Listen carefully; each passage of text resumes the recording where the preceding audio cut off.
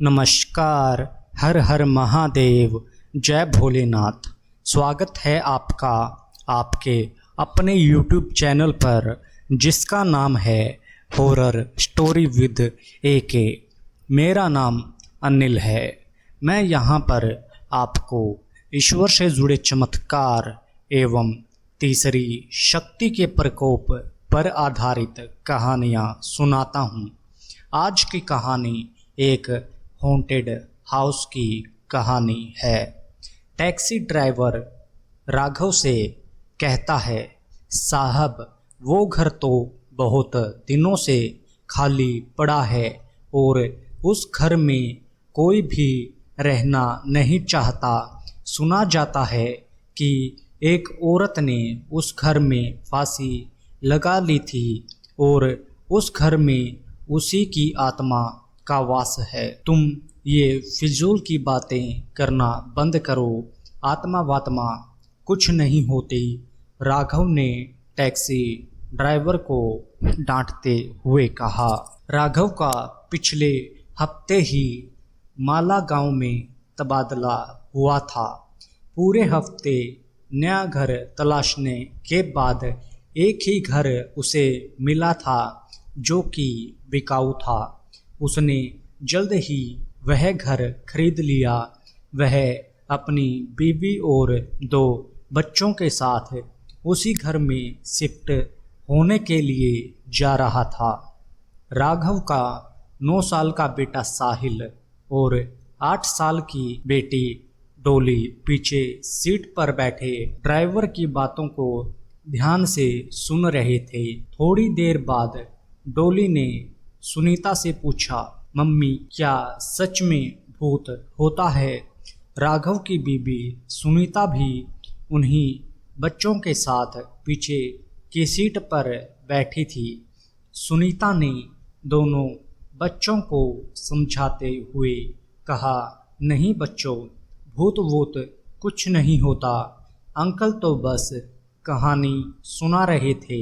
राघव ने एक बार फिर ड्राइवर से कहा, ये सब कहानियाँ बनाना बंद करो, बच्चे डर जाते हैं। ड्राइवर कहता है, साहब मैंने तो जो बातें सुनी थी वह आपको बता दी, अब आगे आपकी मर्जी। शाम का समय था, सूरज ढलने को था, लेकिन अभी भी हल्की सी धूप खिली थी। राघव ने ड्राइवर से पूछा, अभी और कितना समय लगेगा? बस पहुंच ही गए साहब, ड्राइवर ने जवाब दिया। थोड़ा आगे जाने के बाद एकाएक ड्राइवर ने टैक्सी रोक दी और कहा, लो साहब, आपकी मंजिल आ गई। राघव ने टैक्सी से नीचे उतर कर देखा तो ड्राइवर ने टैक्सी लगभग 100 मीटर पहले ही रोक दी थी। राघव ने ड्राइवर से पूछा, तुमने टैक्सी पहले क्यों रोक दी? अभी थोड़ा और आगे चलो। साहब अब मैं और आगे नहीं जाऊंगा, भले ही आप मेरे पैसे काट लीजिए। शाम के समय कोई भी यहाँ नहीं आता, ड्राइवर ने राघव से कहा। राघव ने उससे ज़्यादा बहस नहीं की और उसे किराया दे दिया।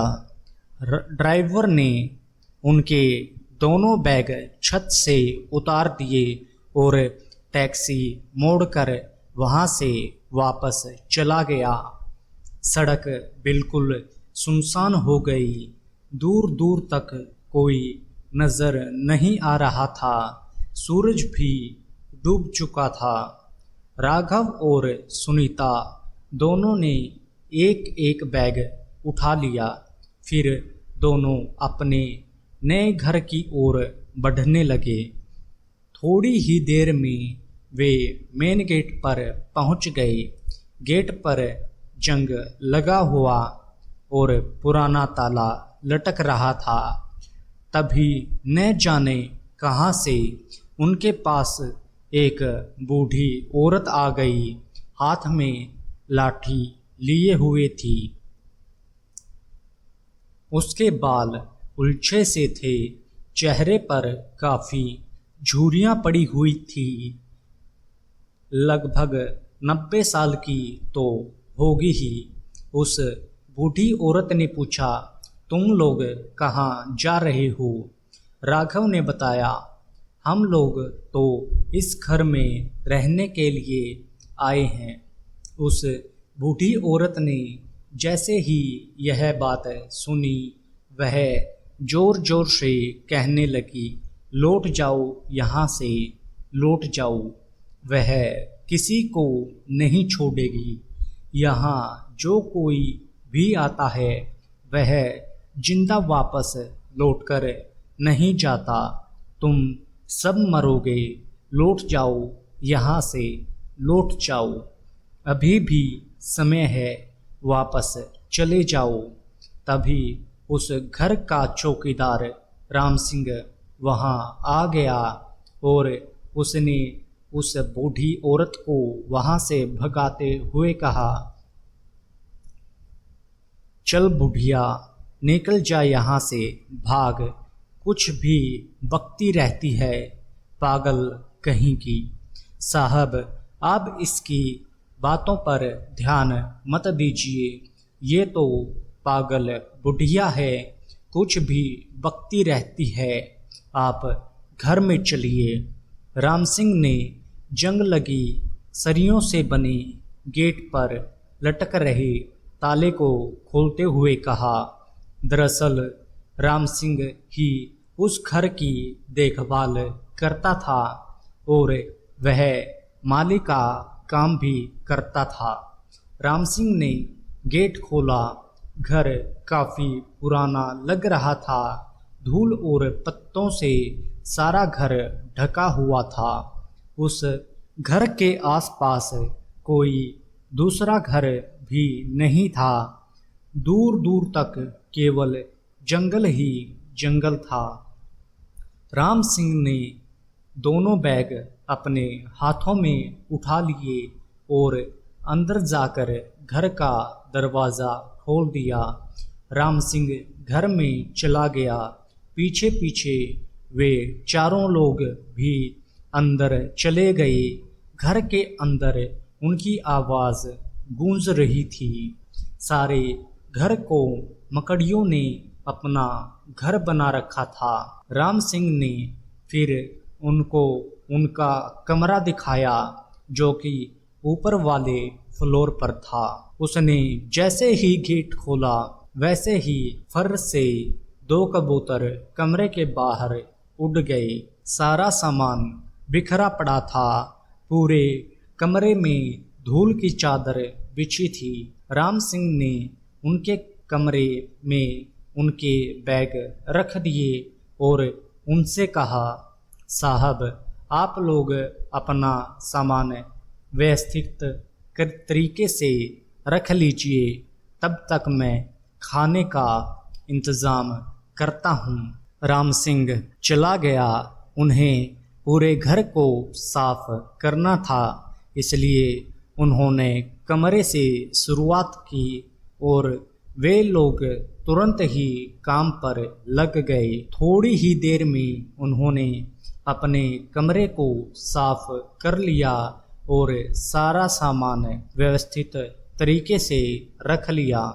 राम सिंह ने खाना लगा दिया था, इसलिए इसने आवाज़ लगाई, मालिक नीचे आइए, खाना लगा दिया है। सभी लोग नीचे गए। राम सिंह ने सभी को खाना परोसा। खाना बहुत ही स्वादिष्ट बना था। सभी लोग खाना खाने लगे।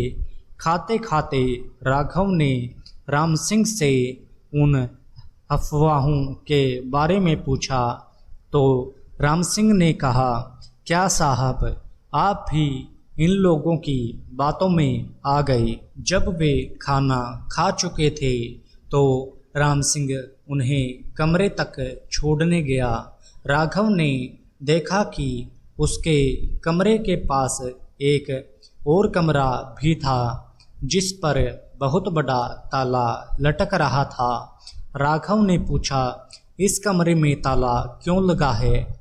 राम सिंह ने उसे कमरे के बारे में कुछ नहीं बताया और हंसकर बात टाल दी। राम सिंह ने राघव से कहा, साहब आप इस कमरे के बारे में मुझे कुछ नहीं पता, बस आप इस कमरे के अंदर मत जाना और ना ही इसे खोलने की कोशिश करना, जितना हो सके इस कमरे से दूर ही रहना। राम सिंह ऐसा कहकर वहाँ से चला गया। फिर वे सभी लोग कमरे में आ गए। सुनीता ने राघव से पूछा, डोली कहाँ है? राघव ने देखा कि डोली उनके बीच नहीं थी। कहानी में आगे क्या हुआ, यह जानने के लिए आपको इसका दूसरा भाग देखना होगा। कहानी यहीं समाप्त होती है। धन्यवाद।